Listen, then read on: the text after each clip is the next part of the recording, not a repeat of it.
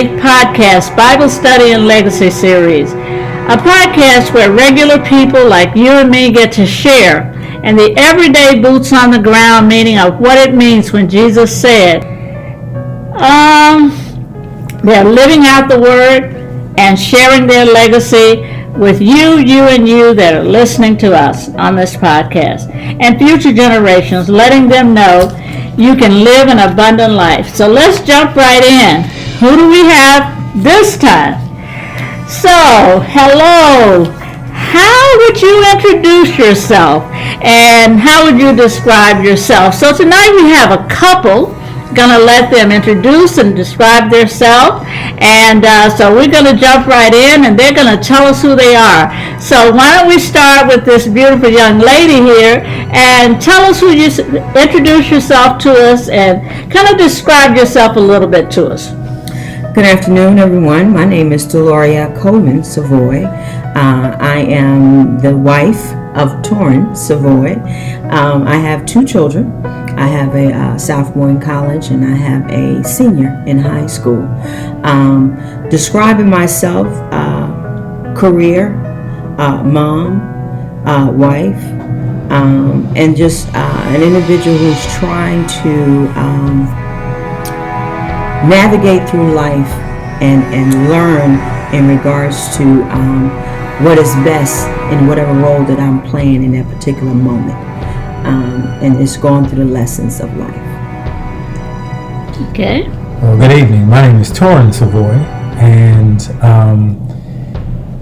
father, husband, and I, as my wife so beautifully said it, I think that's the thing that also describes me too, is just really trying to understand how to navigate through life, and really trying to understand,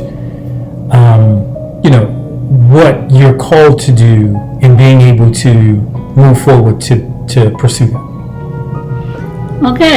Okay, so as you hear tonight, hopefully you've heard some familiar last name. This is Reverend Alma Savoy, who works with the Abundant Living Podcast. So I have my son and my daughter-in-law here tonight sharing with us. So very excited about that. You guys are coming up on a wedding anniversary. So why don't we go down and kind of go down that avenue tonight? One of the things we really want to do is be able to share with younger persons or younger couples or others who share something that would help them, be able to navigate, as you said, life. So why don't you tell us about your marriage? Tell us a little bit about your marriage, how long you've been married. Tell us something about your marriage. What is it? Year 21? Yes. Yeah, it's year 21. We got married in 2001. And so the marriage in itself has been its own journey. Both of us came into the marriage with ourselves, and that's it. At the time, we would be called a commodity because we were both, single, mature, and no children. And so, folks, we were both very attractive in regards to the market of the single world. And so, it has truly been a journey. So many, as far as learning and growing together. And one of the things I would say to those that are considering the beautiful joining the matrimony, loving someone, critical to that is loving someone unconditionally. You truly have to be able to compromise. You have to be able to understand, and it's a humbling experience. As I said, I 33, 34 years old. I've been single all my life. It's been all about Deloria Coleman, as you heard when I mentioned when I first introduced myself, Deloria Coleman Savoy. So it was truly a journey for me in order to become somebody's wife, to be known as no longer as Deloria Coleman. Oh, that's Torin's wife. So it was truly a humbling experience, but it's one that you have to be willing to undertake in order for the marriage, I believe, to grow and thrive as it should. And I agree with that. I think it's really there's a lot of challenges initially because you have to understand that you no longer operate individually. And I think once you start to understand that, you have to, when you make a decision, it's consultation. When you do something, it's taking the other person in consideration. It's understanding that you're no longer making your own decisions. You're making decisions on behalf of the two of you. And communication is key. And I think, as my wife put it, that journey, you have to learn how to communicate and learn how to do it. First, we have to learn how to communicate. Then you have to learn how to communicate effectively with each other over time. Because when you first join, you're still talking to each other in the world of, you haven't really, I don't think you really understand the connection or understand or grasp you're together now. And so I think sometimes you still think of, well, I'm going to go and do this, or I'm going to communicate this way. And over the years, you have to learn how to communicate, but you also have to understand that it's daily growth and daily evolution. So, but it's definitely a journey. I think the Bible, especially when you think about Ephesians 5, looking at those verses 21 through 33, there's a metaphor. Well, the Bible talks about, the wife has certain things to do, the husband has certain things to do, and it always seems like, and you hear that, seems like God brings two very different people together. It's almost like you always hear that they're opposites. So how have the differences between the two of you, how have they helped you grow individually as well as together? Well, first, we had to learn to appreciate each other's differences. That was the first stage, because like my husband was saying earlier, you got to get past the mine and yours and understand it's the ours. Right? And so that for me was really trying to, I had to learn my husband. Right. I had to understand my husband, and what came with that, again, as I said, for me, in order to do that, I truly had to live out and demonstrate what people so often say, that unconditional love. Because yes, as I mess with him all the time, he's a handsome man, such a good-looking tall drink of water. But I had to not get caught up in that good-lookingness, and I had to really focus on learning who Torin Deloria Savoy was, and with learning who he was, that's with all of the stuff that may not be so good-looking, right? But because I love him as much as I love him, okay, he's still good looking. I don't like you right now, but but I love you, right? And so that was the process, and truly learning to appreciate, the differences. I mean, even the way we were brought. He's the middle of, the youngest of 3. I'm the youngest of 9. So we come from two totally different. Very different world. I mean, I'm a country girl. I call him a country baby. So it was truly what you just said, opposites coming together.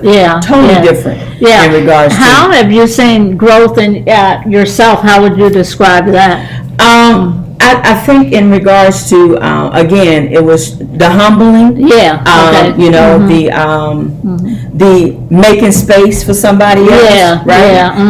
The moving out the way, and truly being able just simply to be on my husband's arm. Right. And to say. Not even be concerned about Deloria stepping forward, but I'm Torin's wife. And knowing when I need to play that role and I need to be in that position in order to simply just to support my husband. And so it really is a maturing. And it's also selfless. In regards to what you have to do, because it's not about you. At this point, it's about this person that you have committed your life to. So, husband, how would you, answer or describe as well the growth that, because of the differences in you? Yeah, I think I agree with that. I think you have to understand that person and who they are, but you also have to understand your role in navigating with this individual, because sometimes you're not always going to be the lead on a situation. You're not always going to be the person who people come to, because your significant other, your wife, husband, whomever, they may have more expertise, and so sometimes you have to understand whatever role you played individually when people come to you and they may ask you for advice. It's a yielding process and a growing process, because you may not have all of the answers to a certain question, because you do understand that that person is different and they have different experiences and they have different thoughts and ideas, and it's not you being upset that that person has their own opinion, but you understanding that their opinion brings value to whatever decision, whatever thing you're dealing with. Their decision or their outlook brings value to that, which makes you a better person, which is sometimes hard. And like my wife said, it's also humbling, because we always like to think that we have it all together individually. Right, exactly. And individually, we don't have it all together, but collectively, and you yield to that collectiveness, I think collectively and together, you can have it all together because of those varying or those differences in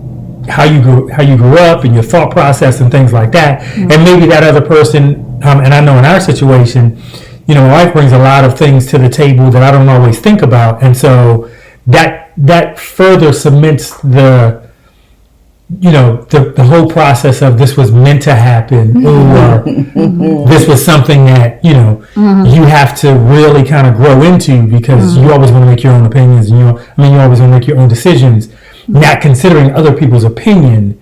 But now, when you have an opportunity to listen to your spouse or your wife, husband, whomever, you have an opportunity to listen to what they have to say and consider that to make a better decision going forward. And it is a growth process, because the thing is, initially, for me, that was when both of us coming in. I mean, we're single, right? And everything has evolved around. Everything's been about Deloria. Right. So in order if you don't learn how to appreciate the gifts, appreciate the goodness and the greatness and the talents and the skills and all that other can bring, then you end up almost like competitive, right? And you're competing for, and that's not what marriage is, right?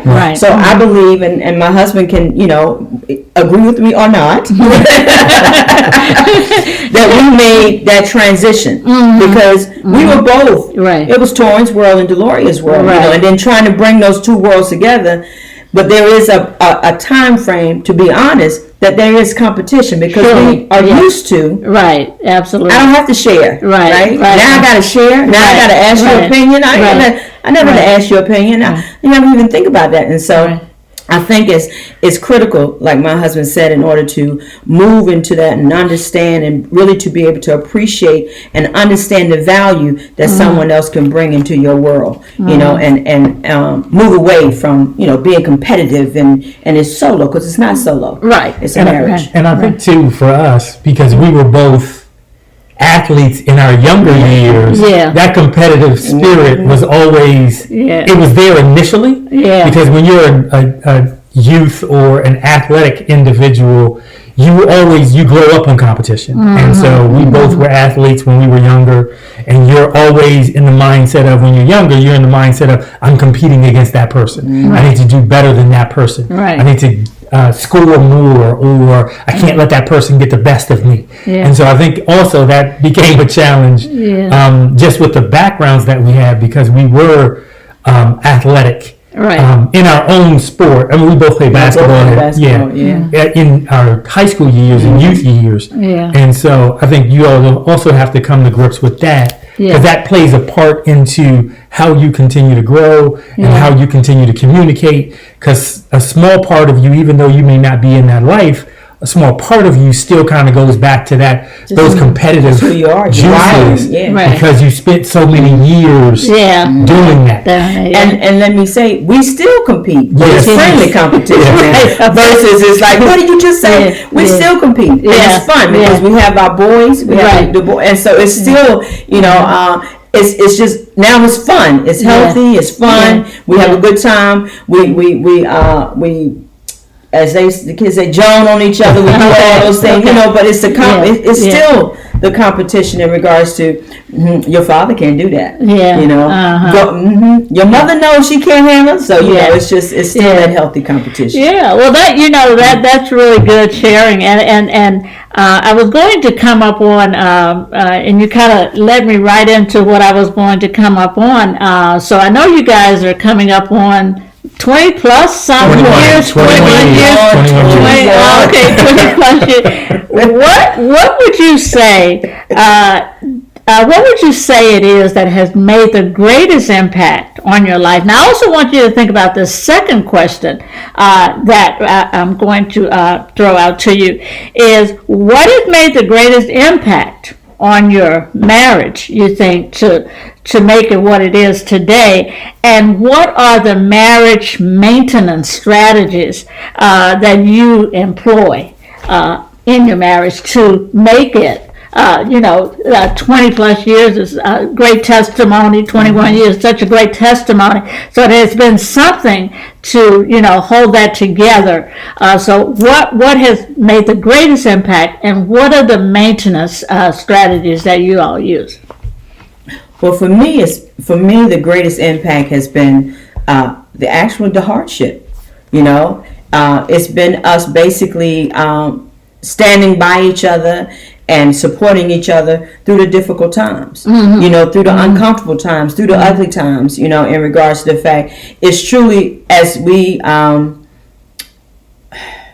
growing and developing and maturing in this marriage. I would say, and my husband can give his thoughts, but for me it's been seeing each other through the hard times, the times when we was like this, even when this is it, but yet no, I love you, I love you, and let's see how we can get through this, how we can get past this, and life brings so much at you, in regards to the fact of like you said, the kills, steal, and destroy. We went through that. We went through that, and we had to, lock arms together and make a decision. Whatever the case may be, whether it was me or whether it was my husband saying, "All right, this is not this is not going in this direction." And I think that was underpinned by the unconditional love, because like they say, everything is wonderful when everything is wonderful. But who are you when it's not wonderful, right? When it's hard, when it's difficult. And so, and for me, as far as what that maintenance that manage that is, what he said earlier, is the communication. Even when I may not be happy with the decision, or I may not be happy with the way things are going, or I may not be happy with what mood he's in. I have to communicate that. All right. I cannot just sit and wallow in it. And get mad and expect him to know how you're feeling. To be osmosis, and he can read my mind. Exactly. So I have to say to him, and for me also, I've learned over the years how to say it. In order to sometimes, from a perspective, I just say it. I'm done, but what that says to him, I believe, is that okay, she really is done with this, because she's not trying to package this. She's not trying to message this or massage this in a way. She just, this is it. And so I think it's the hardships has been the as they say, the fine tuning, the sharpening, and the development of this marriage, and the communication has been what has been allowed for the maintaining of it. Okay. I agree. I think the phrase "tough times don't last, tough people do," but tough times make tougher people. And I think when you go through challenges and situations, it just makes for a tougher connection or more bonding connection. I mean, and then we went through some challenges even early in our marriage that allowed us to continue to grow closer. But it allowed that stickiness to kind of happen too. You know, when we were dealing with the birth of our first child, and then having to go through a lot of that allowed us to kind of really sit back and kind of go, okay, you know, there's a lot of things that are out of our control. What can we control? This is what we can control. We can control how we respond to it, and so, you know, it opens up a lot of doors for communication. And although early we probably were not as effective as we are now, we're 20 years into it. But I think that allowed, like my wife said, that allowed you to be able to work on how you were going to say certain things to each other, and how you continue to grow. And then I think that really, you know, to me, I think that's really one of those things, or the thing that you mentioned earlier with, you know,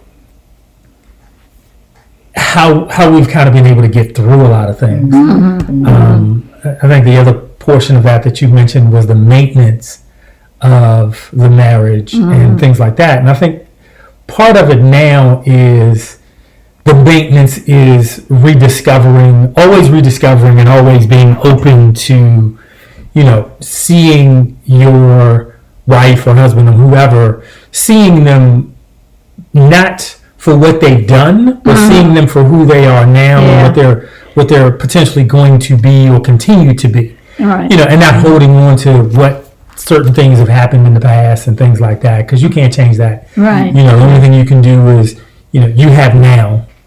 And, you know, you can deal with now. And you don't really know what's going to happen in the future, but you deal with now in a way in which now dictates or creates the path for your future to be able to do a lot of things together, different than maybe how you did it in the past. So I think that's probably, to me, something that's a maintenance, is understanding that we have now and then just enjoying now. And it goes back to, again, appreciating and learning each other, because, you know, I have my way of dealing with issues, right? I have my way of dealing with it, but I find that, and I've found over the years, my husband has a calmness. He brings me security, right? So I can be wrestling in my head about something that happened at work, or well, how are we gonna deal with this? And I look at him, and it's like, what you tripping on? Why you all upset? How can you not where I am? You know, and I've learned, and instead of competing with that, want him to be all caught up like me. Oh, let me just. Let me feed off of him, right? Because he brings that sense of comfort. You know, where, like I said, I'm worried about stuff. I've been looking at it, doing whatever the case may be. But he's calm, and I can see in his eyes, everything's gonna be all right, you know. And the thing is, no matter how it turns out, everything's gonna be all right, right? And so I that was one of the true growth processes for me, because I want him to come over to my side. I want him to be anxious and you know, and all caught up, and he. No. And so I said, okay, Deloria, you go on his side. You know? And that was truly part of, again, going to the basics, learning your spouse, your significant other, your partner, learning who they are, and truly learning to appreciate their gifts. Okay. This has certainly been really such an interesting discussion, and I really appreciate you guys sharing with us, and I want to kind of try to bring it to a close with a couple of, if you can give me a couple of kind of quick answers, each one of you, before to kind of move through a couple of things.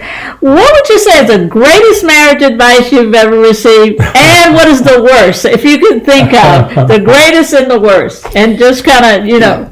The greatest I've received was from Mrs. Sidnor. And she said, always say to your husband, please and thank you. She was like, never take for granted. Never, they deserve, just because they're your husband don't mean they have to do. Yes, they should do. But you should acknowledge always the gratitude and the appreciation, and say to your husband, please and thank you. That's excellent. That's excellent. greatest Certainly one I something saw. we can share. Can you think of anything or not? Your wife has represented very well. If you can. I think her advice is much better than mine. So yeah, we'll let her represent. Okay. All right.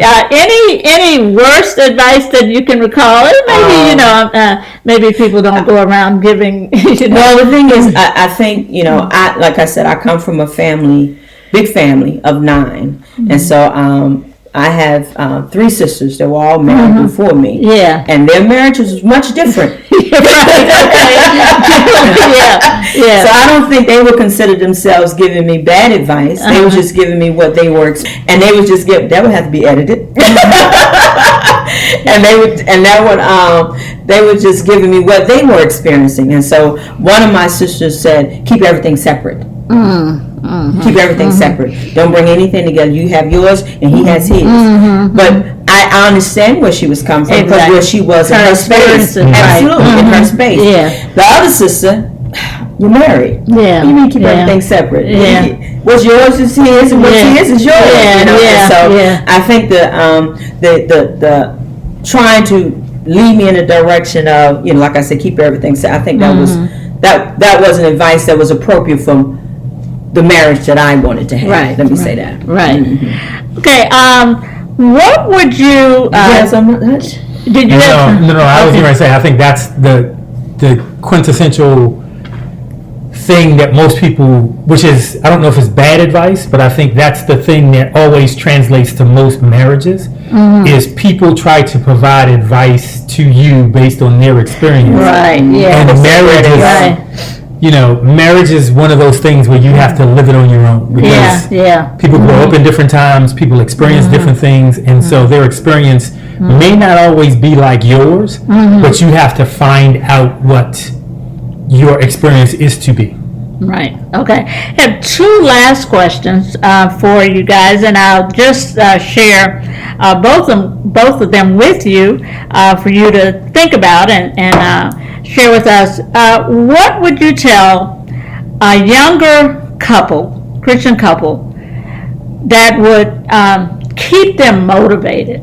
It's so much as we talk about John 10:10 in terms of life throwing at you, and I think in Jesus and the conversation, Jesus really was when he was having this conversation with his disciples, he really wanted them to understand that life is going to bring these challenges, terrible challenges, this evil world, death, divorce, those kinds of things that you'll have to deal with. Life is going to bring this to you.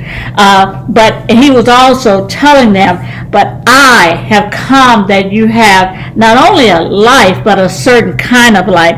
So what would you say to a younger couple to keep them motivated as they are, facing these things in life?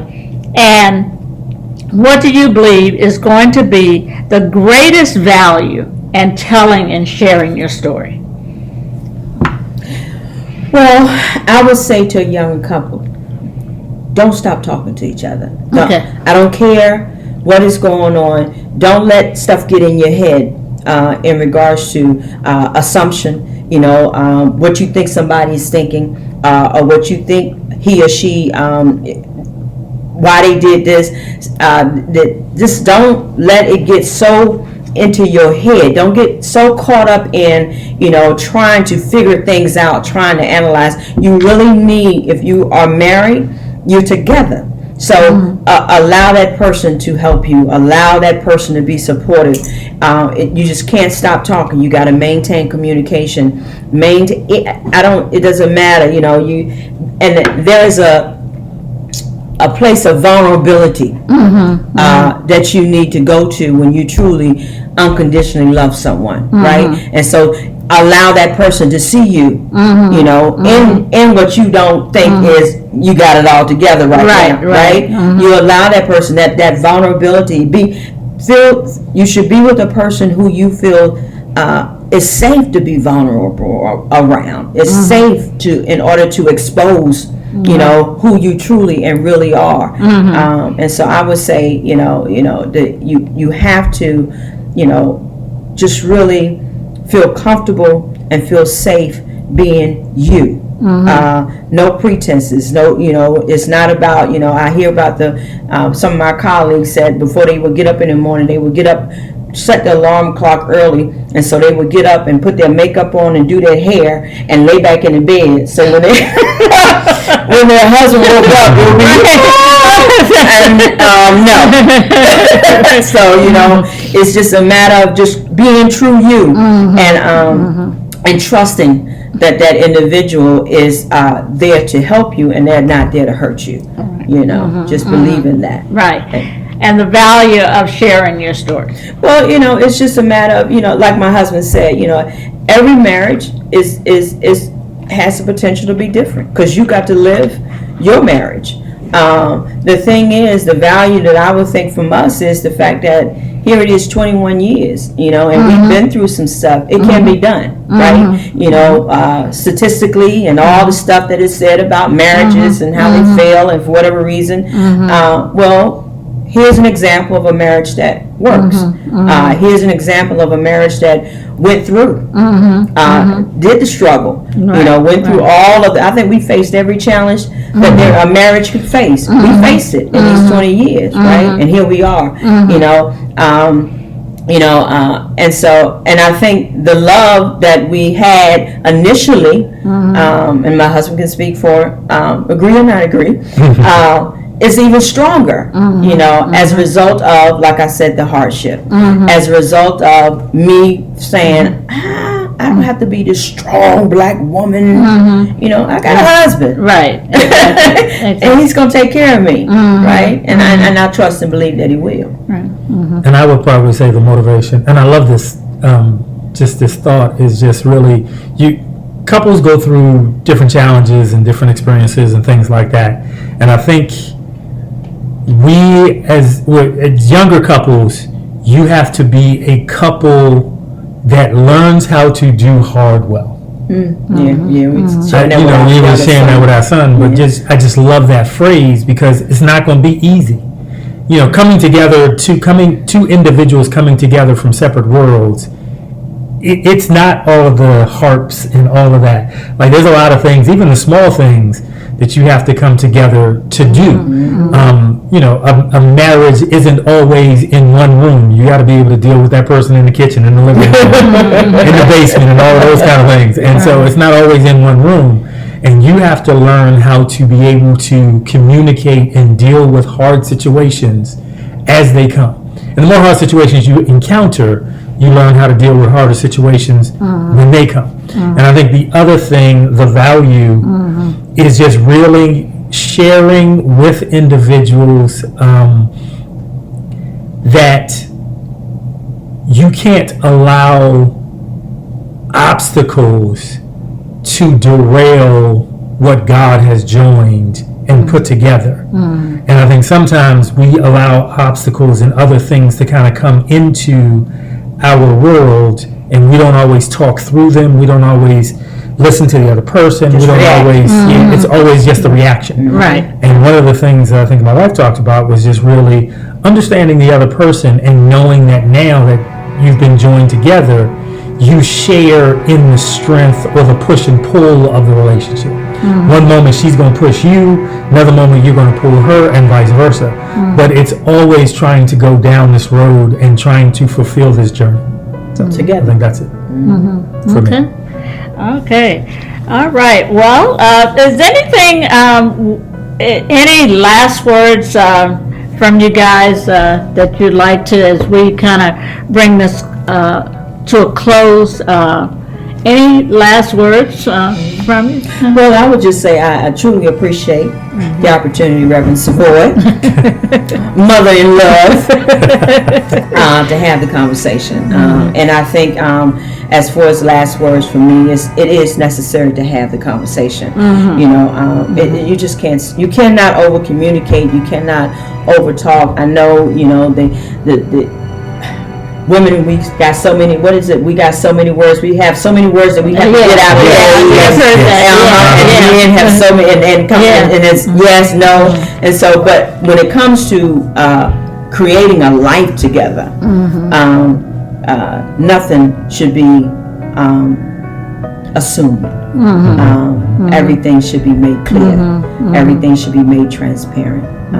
And so I think, last words is just the communication, the transparency, and just really truly investing in understanding and knowing that person who you have said now you're going to spend the rest of your life with. Yes. You, sir? We'll close it on that.